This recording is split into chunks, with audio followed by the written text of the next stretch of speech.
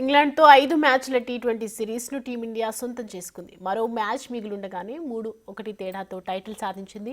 పుణె వేదికగా జరిగిన 4వ మ్యాచ్లో 15 పరుగుల తేడాతో మ్యాచ్ గెలిచింది. మొదటి టాస్క్ ఓడిన భారత్ బ్యాటింగ్ చేసింది. నిజానికి ఈ మ్యాచ్లోనూ భారత్ టాప్ ఆర్డర్ మరోసారి విఫలమైంది.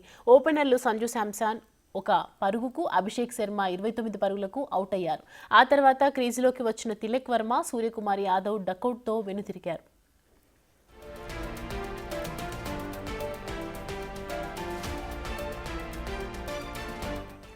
ఒకే ఓవర్లో 3 వికెట్స్ పడగొట్టిన మహమ్మద్ భారత్ బ్యాటింగ్ను తీవ్రంగా దెబ్బతీశాడు. అయితే మూడో డౌన్లో క్రీజులోకి వచ్చిన రింకు సింగ్ 26 బంతుల్లో 30 చేసి కాస్త స్కోరు బోర్డును నిలబెట్టాడు. ఆ తర్వాత వచ్చిన ఆల్రౌండర్లు శివం దూబే, హార్దిక్ పాండ్యా చెరో 53 పరుగులతో మ్యాచ్ స్వరూపాన్ని మార్చేశారు.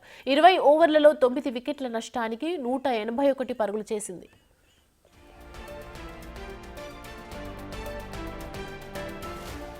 ఆ తర్వాత 182 పరుగుల లక్ష్యంతో ఇంగ్లాండ్ చేజింగ్ చేసింది. 19.4 ఓవర్లలో 166 పరుగులకు ఆలౌట్ అయింది. హ్యారీ బ్రూక్ 51 పరుగులతో విరోచిత పోరాటం చేసినా ఓటమిని ఆపలేకపోయాడు. భారత్ బౌలర్లలో హర్షిత్ రాణా, రవి బిష్నోయ్ చెరో 3 వికెట్లు తీశారు. వరుణ్ చక్రవర్తి 2, అక్షర్ పటేల్, హర్షదీప్ సింగ్ చెరో వికెట్ పడగొట్టారు.